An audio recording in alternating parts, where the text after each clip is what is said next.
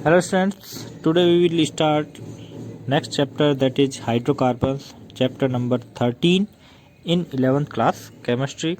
I hope कि इससे पहले आपने 12th जो चैप्टर मैंने कंप्लीट करवा दिया है वो अच्छे से तैयार कर लिया होगा। अब आगे बढ़ते हैं। हमारा नेक्स्ट चैप्टर है हाइड्रोकार्बन्स। सबसे पहले यही देखते हैं कि हाइड्रोकार्बन्स क्या होते हैं। तो इसकी डेफिनेशन क्या होगी? The simplest organic compounds which contain carbon and hydrogen known as hydrocarbons. ऐसे कंपाउंड जिनमें केवल कार्बन और हाइड्रोजन दो ही तरह के एटम पाए जाते हैं हाइड्रोकार्बन्स कहलाते हैं। जैसे कि एल्कीन है, एल्कीन है, एल्काइन है, बेंजीन है, ये सभी हाइड्रोकार्बन्स होते हैं। इसमें कार्बन और हाइड्रोजन दो ही तरह के एटम्स प्रेजेंट होते हैं। These hydrocarbons are widely found in nature in the form of petroleum, natural gas and coal। यह हाइड्रोकार्बन मेनली पेट्रोलियम जैसे कि डीजल, पेट्रोल, इनमें ही सबसे ज़्यादा ऑब्टेन होते हैं। नेचुरल गैस है, कोल है, कोल मतलब कोयला है, इन्हीं से ऑब्टेन होते हैं। इन्हीं में ये सबसे ज़्यादा पाए भी जाते हैं। इसके बाद देखते हैं classification of hydrocarbons. Depending upon types of carbon-carbon bonds present, hydrocarbons can be classified into three main categories: saturated hydrocarbons, unsaturated hydrocarbons, aromatic hydrocarbons।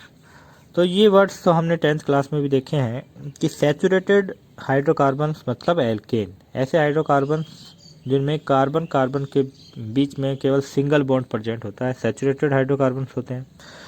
Unsaturated hydrocarbons वो होते हैं जिनमें कार्बन कार्बन के बीच में डबल या ट्रिपल बॉन्ड प्रेजेंट होते हैं। कम से कम एक डबल या कम से कम एक ट्रिपल बॉन्ड जरूर प्रेजेंट होना चाहिए अनसैचुरेटेड हाइड्रोकार्बन्स में। और एरोमेटिक हाइड्रोकार्बन्स वो हाइड्रोकार्बन्स होते हैं जिनमें बेंजीन रिंग प्रेजेंट होती है, एरोमेटिक हाइड्रोकार्बन होते हैं।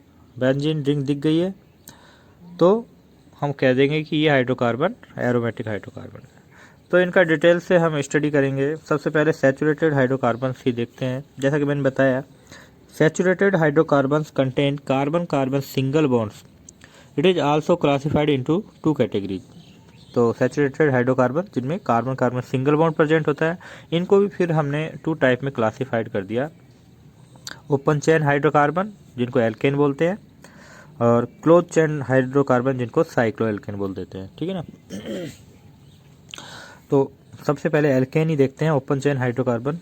एल्केन की जो डेफिनेशन है वो क्या होगी? Alkanes are saturated open chain hydrocarbons containing carbon carbon single bonds. तो यही डेफिनेशन एल्केन की भी देंगे जो सैचुरेटेड हाइड्रोकार्बन्स की देते हैं, लेकिन इसमें एक वर्ड एक्स्ट्रा ऐड होता है, वो क्या है? Open chain. Alkane open chain hydrocarbon होते हैं।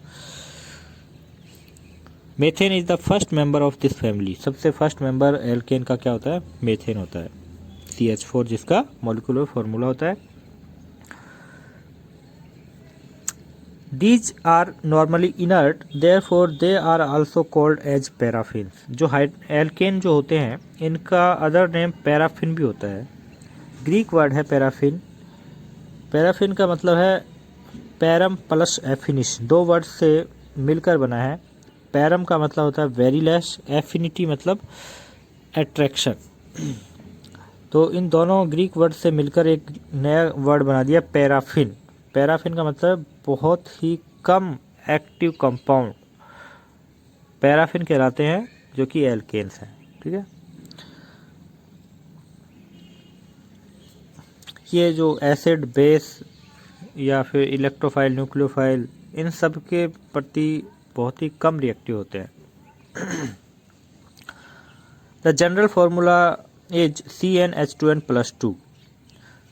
एल्केन का ये जनरल फॉर्मूला है, एग्जाम में भी कई बार पूछा जाता है। और एन का मतलब होता है, एन का मतलब 1 2 3, ये जो नंबर्स हैं, एन की जगह इन नंबर्स को रखो और एल्केन के मॉलिक्यूलर फॉर्मूलाज बनाते चलेंगे। एन की वैल्यू कभी भी जीरो नहीं होगी। जीरो कर देंगे तो इसका मतलब कार्बन जीरो हो जाएगा, और कार्बन जीरो हो जाएगा तो फिर कोई कंपाउंड बनेगा ही नहीं। इसलिए 1 से शुरू की जाती है एन की वैल्यू। नेक्स्ट पॉइंट है the hybridisation state of each carbon atom is sp3। Alkanes में ईच कार्बन एटम की हाइब्रिडाइजेशन स्टेट sp3 होती है। हाइब्रिडाइजेशन क्या होता है ये तो हम उसमें डिटेल में पढ़ेंगे जब हम हाइब्रिडाइजेशन की स्टडी करेंगे, लेकिन फिर भी आपको एक ब्रीफ नॉलेज दे देता हूँ कि हाइब्रिडाइजेशन स्टेट कैसे काउंट होती है। जितने एटॉमिक ऑर्बिटल्स पार्टिसिपेट करते हैं, मिक्स होते हैं आपस में, वही उसकी हाइब्रिडाइजेशन स्टेट होती है। किसी एटम के जितने एटॉमिक ऑर्बिटल्स आपस में मिक्स होते हैं वही उसकी हाइब्रिडाइजेशन स्टेट होती है। तो जो एल्केन का कार्बन होता है उसमें एक s और 3 p ऑर्बिटल आपस में मिक्स होते हैं, तो हाइब्रिडाइजेशन स्टेट क्या होगी sp3। और उतने ही फिर हाइब्रिड ऑर्बिटल बनते हैं जितने एटॉमिक ऑर्बिटल मिक्स होते हैं। तो यहाँ पर 4 एटॉमिक ऑर्बिटल मिक्स हुए हैं, तो कितने हाइब्रिड ऑर्बिटल बनते हैं? 4 हाइब्रिड ऑर्बिटल बनते हैं। एल्केन से रिलेटेड नेक्स्ट पॉइंट है the shape of alkene will be tetrahedral. Carbon जो होता है एल्केन में, जो ईच कार्बन एटम है उससे जुड़ने वाले जो 4 बॉन्ड्स हैं, उन 4 बॉन्ड्स का अरेंजमेंट कैसा होगा? टेट्राहेड्रल होगा। अगर एक से ज़्यादा कार्बन है तो सभी कार्बन्स के जो बॉन्ड्स होंगे, और एल्केन कह रहे हैं तो एक कार्बन से 4 बॉन्ड अटैच होंगे, 4 सिंगल बॉन्ड, तो उन सभी सिंगल बॉन्ड्स की जो अरेंजमेंट है वो टेट्राहेड्रल ही होगी। इसीलिए इसकी जिग जैग स्ट्रक्चर होती है एल्केन्स की, अगर एक से ज़्यादा कार्बन है तो। और जो बॉन्ड एंगल होता है वो 109 डिग्री 28 मिनट का होता है। 109 डिग्री 28 मिनट का होता है। The bond length between carbon is 154 picometer and carbon hydrogen is 112 picometre. जो कार्बन कार्बन बॉन्ड लेंथ होती है एल्केन्स में वो 154 पिकोमीटर होती है, और कार्बन हाइड्रोजन बॉन्ड लेंथ जो होती है वो 112 पिकोमीटर होती है। ऐसे ही एक एग्जांपल देखते हैं CH4 का, मेथेन का, और ये इसकी स्ट्रक्चर मैं आपको 12th के चैप्टर में भी दिखा चुका हूँ बना के। CH4 में एक कार्बन से 4 हाइड्रोजन टेट्राहेड्रल स्ट्रक्चर में अटैच्ड रहते हैं। तो ये जो बॉन्ड है ये हमारी तरफ है, आगे की तरफ, और ये दोनों बॉन्ड्स हैं ये इस पेपर से पीछे की तरफ है। तो इस तरह की स्ट्रक्चर टेट्राहेड्रल स्ट्रक्चर कहलाती है।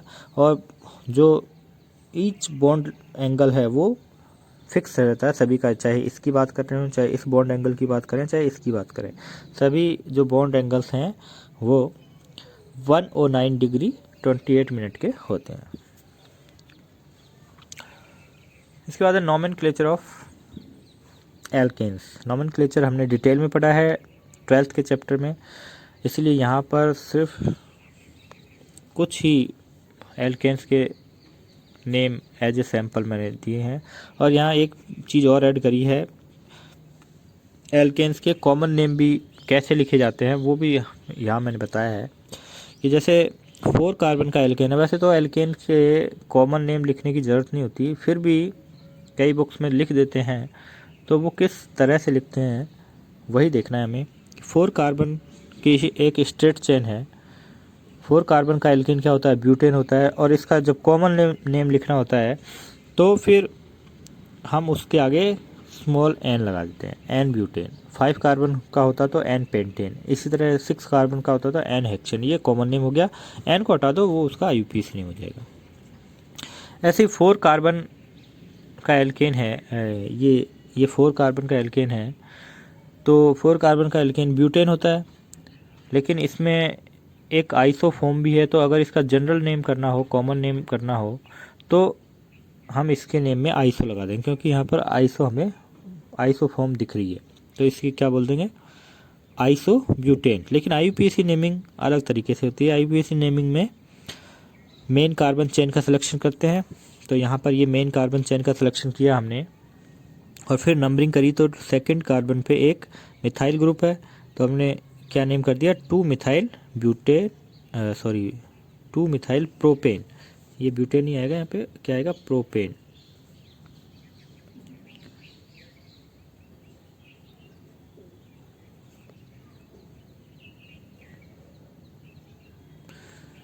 क्योंकि मेन जो कार्बन चेन हमने सेलेक्ट करी है 3 कार्बन की, 2 मेथिल प्रोपेन।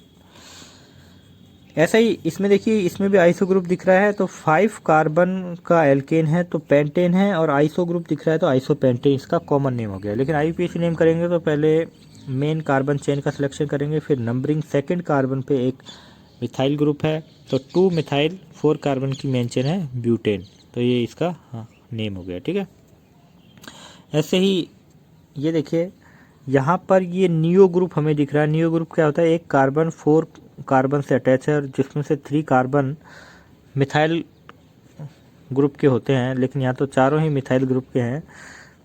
लेकिन नियो के लिए क्या जरूरी होता है कि ये तो एक कार्बन चेन होती है, अब ये यहाँ रुक गई है तो CH3 है, लेकिन ये एक लंबी कार्बन चेन होती है, बाकी के 3 मिथाइल ग्रुप होते हैं तो ये नियो ग्रुप होता है। तो यहाँ 5 कार्बन का एल्केन है यानी कि पेंटेन है, और ये किस फॉर्म में है, नियो फॉर्म में है, तो इसलिए क्या बोल दिया इसको, नियो पेंटेन बोल दिया। ये कॉमन नेम है। और आईयूपीएसी नेम करेंगे तो फिर क्या करते हैं, मेन कार्बन चेन का सिलेक्शन, सेकंड कार्बन पे 2 सेम टाइप के सब्स्टिट्यूएंट्स प्रेजेंट हैं मिथाइल, इसलिए डाई मिथाइल बोल दिया, और दोनों ही मिथाइल को नंबर दिए जाते हैं 2 डाई मिथाइल, और मेन कार्बन चेन का नेम प्रोपेन। ठीक है ना, ये आईयूपीएसी नेमिंग है। और अगर यहाँ तो मैंने बहुत ही शॉर्ट में बताई क्योंकि मैं पहले काफ़ी डिटेल में आपको समझा चुका हूँ। इसके बाद हम देखते हैं types of carbon atoms. Carbon atom के 4 टाइप होते हैं, 1 डिग्री यानी कि प्राइमरी कार्बन, 2 डिग्री यानी कि सेकेंडरी कार्बन, 3 डिग्री यानी कि टर्सरी कार्बन, और 4 डिग्री यानी कि क्वार्टनरी कार्बन। और ये डिग्री किस बेस पे दी जाती है कि कोई कार्बन सिर्फ एक ही और कार्बन से अटैच है तो वो 1 डिग्री कार्बन होगा। जैसे कि ये देखिए, ये कार्बन 1 डिग्री कार्बन क्यों है, क्योंकि ये 3 तो हाइड्रोजन से अटैच होता है और एक सिर्फ कार्बन से अटैच है, सिर्फ एक ही कार्बन से अटैच है, इसलिए ये कार्बन 1 डिग्री है। और 2 डिग्री कार्बन, अब समझ गए होंगे आप कि जो कार्बन 2 और कार्बन से अटैच है तो वो 2 डिग्री कार्बन है। तो ये वाला कार्बन 2 डिग्री क्यों है, क्योंकि ये कार्बन की वैलेंसी 4 होती है, तो 2 वैलेंसी तो हाइड्रोजन ने कंप्लीट कर रखी है और बाकी 2 वैलेंसी एक इस कार्बन से अटैच है और एक इस कार्बन से अटैच है, तो ये कार्बन 2 डिग्री कार्बन है। ये कार्बन 3 डिग्री क्यों है, क्योंकि टर्सरी कार्बन है, क्योंकि ये 3 और कार्बन से अटैच है। ये कार्बन 4 डिग्री क्यों है, क्योंकि ये 4 कार्बन से अटैच है। फिर देखिए ये कार्बन 2 डिग्री हो गया क्योंकि ये 2 कार्बन से अटैच है। ये कार्बन 1 डिग्री हो गया, ये केवल एक ही कार्बन से अटैच है। ये भी 1 डिग्री है क्योंकि ये भी एक ही कार्बन से अटैच है। ये भी 1 डिग्री है। ठीक है ना, इस तरह से कार्बन की डिग्री का पता लगाया जाता है। 4 से ज़्यादा डिग्री होती नहीं क्योंकि कार्बन की वैलेंसी 4 होती है। नेक्स्ट वीडियो में देखेंगे प्रिपरेशन ऑफ एल्केन्स।